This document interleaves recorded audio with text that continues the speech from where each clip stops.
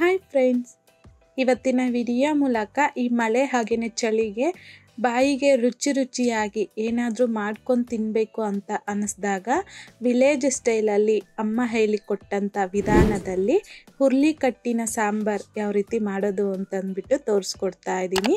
So ಬನ್ನಿ ಇವಾಗ late ಮಾಡ್ದಿರ ಯಾವ ರೀತಿ ಮಾಡೋದು ಅಂತಂದ್ಬಿಟ್ಟು ನೋಡೋಣ. ಕುಕ್ಕರಲ್ಲಿಗೆ 1 ಕಪ್ ಆಗುವಷ್ಟು ಹುರ್ಲಿಕಾಳು ಹಾಕ್ಕೊತಾ ಇದ್ದೀನಿ. 1 ಕಪ್ ಬಂದು 200ಇಂದ 250 ಗ್ರಾಮ್ ಆಗುವಷ್ಟು ಆಗುತ್ತೆ. ನೀರನ್ನು ಸೇರಿಸ್ಕೊಂಡು ಒಂದೆರಡು ಸಲ ನೀಟಾಗಿ ವಾಶ್ ಮಾಡ್ಕೋಬೇಕು. ಒಂದೆರಡು ಟೊಮೊಟೊ ಹಣ್ಣನ್ನು ಸಹ ನಾನೀಗ ಕಟ್ ಮಾಡಿ ಈ ಹುರ್ಲಿಕಾಳಲ್ಲಿಗೆ ಹಾಕ್ಕೊತಾ ಇದ್ದೀನಿ. ಈ ಹುರ್ಲಿಕಾಳಿಗೆ ಎಷ್ಟು ಬೇಕೋ ಅಷ್ಟು ಮಾತ್ರ ರುಚಿಗೆ ನಾನಿವಾಗ ಕಲ್ಲುಪ್ಪನ್ನು ಸ್ವಲ್ಪ ಹಾಕ್ಕೊಂಡಿದ್ದೀನಿ. 1 ಟೀ ಸ್ಪೂನ್ ಆಗುವಷ್ಟು ಎಣ್ಣೆನ ಸಹ ಹಾಕ್ಕೋಬೇಕು. ಹಾಗೆಯೇ ಹುರ್ಲಿಕಾಳು ಬೇಯೋದಕ್ಕೆ 1.5 ಲೀಟರ್ ತನಕ ನೀರನ್ನು ಹಾಕ್ಕೊತಾ ಇದ್ದೀನಿ. ಸೊ ನಾನಿಲ್ಲಿ ಹುರ್ಲಿಕಾಳನ್ನು ನೆನೆಸಿಲ್ಲ, ಡೈರೆಕ್ಟಾಗಿ ಹಾಗೆ ವಾಶ್ ಮಾಡಿಕೊಂಡು ಬೇಯಿಸ್ಕೊತಾ ಇದ್ದೀನಿ. ಈ ಥರ ಮಾಡೋದ್ರಿಂದ ನಮಗೆ ಹುರ್ಲಿಕಟ್ಟಿನ ಸಾಂಬಾರು ಟೇಸ್ಟ್ ತುಂಬ ಚೆನ್ನಾಗಿ ಬರುತ್ತೆ. ನೆನೆಸಿ ಮಾಡಿದ್ರೆ ಅಷ್ಟು ಚೆನ್ನಾಗಿರೋದಿಲ್ಲ. ನೀವು ಬೇಕು ಅಂತಂದರೆ ನೆನೆಸಿನೂ ಸಹ ಮಾಡ್ಕೋಬೋದು. ಈಗ ಕುಕ್ಕರ್ ಲಿಡ್ನ ಕ್ಲೋಸ್ ಮಾಡಿಕೊಂಡು ಮೀಡಿಯಮ್ ಫ್ಲೇಮ್ನಲ್ಲಿ ಒಂದು 15 ವಿಷಲ್ ಬರೋದಕ್ಕೆ ಬಿಡಿ. ವಿಷಲ್ ಪೂರ್ತಿಯಾಗಿ ತಣ್ಣಗಾಗಲಿಕ್ಕೆ ಬಿಡಿ. ವಿಷಲ್ಸ್ ಬಂದಾದ ನಂತರ ಸೊ ಈಗ ನಾನಿವಾಗ ಒಂದು ಬೌಲಲ್ಲಿಗೆ 1 ನಿಂಬೆ ಹಣ್ಣಿನ ಸೈಜ್ ಆಗುವಷ್ಟು ಹುಣಸೆಹಣ್ಣು ಹಾಕ್ಕೊತಾ ಇದ್ದೀನಿ. ಈ ಹುಣಸೆಹಣ್ಣು ಮುಳುಗೋಷ್ಟು ಅಂದರೆ ಒಂದು ಅರ್ಧ ಕಪ್ ಆಗುವಷ್ಟು ನೀರನ್ನು ಸೇರಿಸಿ ಒಂದು 10 ನಿಮಿಷ ಹುಣಸೆಹಣ್ಣನ್ನು ನೆನೆಸ್ಕೋಬೇಕು.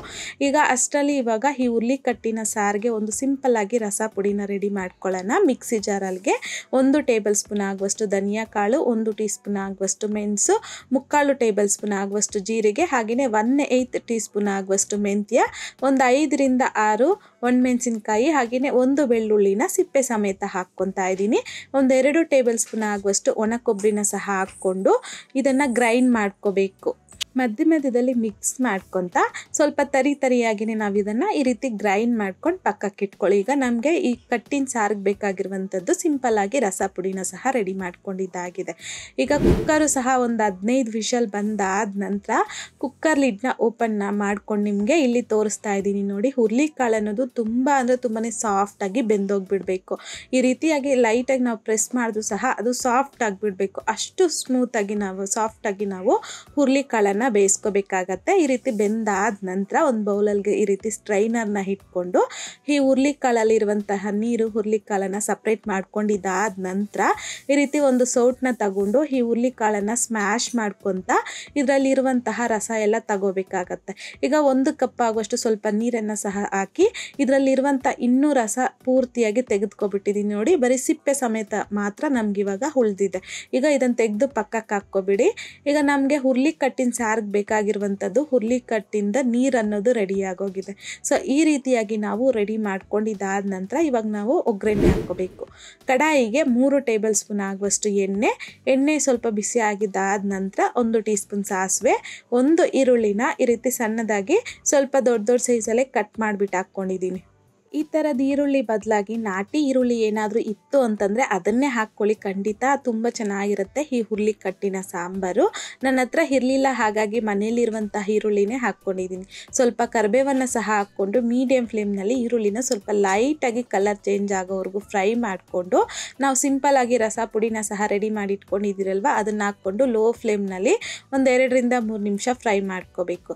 ಆಮೇಲೆ ನಾವು ಹುರ್ಲಿಕಟ್ಟಿನ ಸಾಂಬಾರಿಗೆ ರೆಡಿ ಮಾಡಿ ಇಟ್ಕೊಂಡಿದ್ದೀರಲ್ವ ಹುರ್ಲಿಕಟ್ಟಿನ ನೀರು, ಸೊ ಅದನ್ನು ಹಾಕ್ಕೊತಾ ಇದ್ದೀನಿ. ಜೊತೆಗೆ ನಾವು ಹುಣಸೆ ನೆನೆಸಿಟ್ಕೊಂಡಿದ್ರಲ್ವ ಸೊ ಅದನ್ನು ರಸ ತಗೊಂಡು ಸಿಪ್ಪೆನ ಹೊರಗಡೆ ಹಾಕಿ ಆ ನೀರನ್ನು ಹಾಕ್ಕೊತಾ ಇದ್ದೀನಿ. ಈಗ ಒಂದ್ಸಲ ಚೆನ್ನಾಗಿ ಮಿಕ್ಸ್ ಮಾಡ್ಕೊಳ್ಳಿ.